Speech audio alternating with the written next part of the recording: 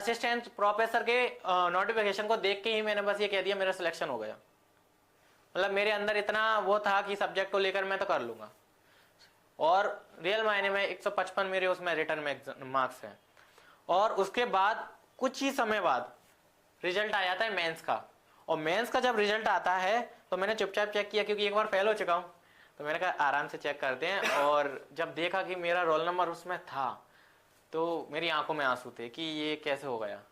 जब ये हुआ वो मोमेंट तो कुछ अलग ही था। मैंने सीधे पापा जी को, क्योंकि उन्होंने बोला था काश तुम ये कर लेते, तो एक मैंने सीधे कॉल किया पापा जी को, मेंस हो गया मेरा। और फिर मैंने रिस्क नहीं लिया, फिर मैं सर से मिला, सर से भी गाइडेंस लिया, और सर से मिलने के बाद यहाँ पे भी ज्वाइन किया, और देन मैं इंदौर चला गया। और मैंने सब जगह मौक दिए, हर जगह, क्योंकि मुझे रिस्क लेना ही नहीं था। और कहते हैं कि JRF ना भरो उसमें, क्योंकि आपसे बोलते हैं कि असिस्टेंट प्रोफेसर ही करो आप, लेकिन मेरे अंदर तो था रिस्क लेना पड़ेगा, और मैंने रिस्क लिया, क्योंकि रिस्क है तो रिस्क है। कहने का अर्थ है मैंने रिस्क लिया, और रिस्क लेते हुए मैंने JRF उसे मेंशन किया, और JRF मेंशन किया, और मेरा इंटरव्यू हिस्ट्री पर चला। जो मैंने प्रेडिक्ट किया था वही हुआ। और मैं एक जगह की बात बता देता हूँ, एक मॉक देने गया था, तो एक जगह तो मेरे को ये बोल दिया गया था, नाम एक्सपोज नहीं करूंगा, कि आपका कुछ नहीं हो पाएगा।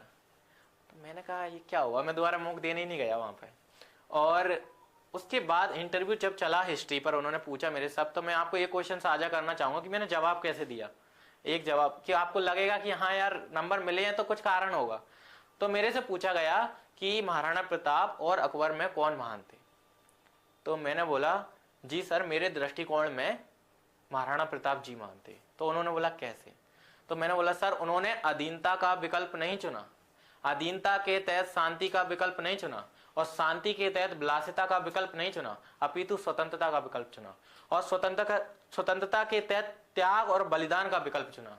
मुझे नहीं मालूम सर उनके मन और मस्तिष्क में उस समय अखिल भारतीय दृष्टिकोण का कोई विचार था या नहीं था, लेकिन अखिल भारतीय दृष्टिकोण के विचार को विकसित करने की जब बात आएगी और हमें नायकों का चुनाव करना होगा, तो हमें देखना होगा किसने स्वतंत्रता के लिए अपना सर्वस्व बलिदान कर दिया।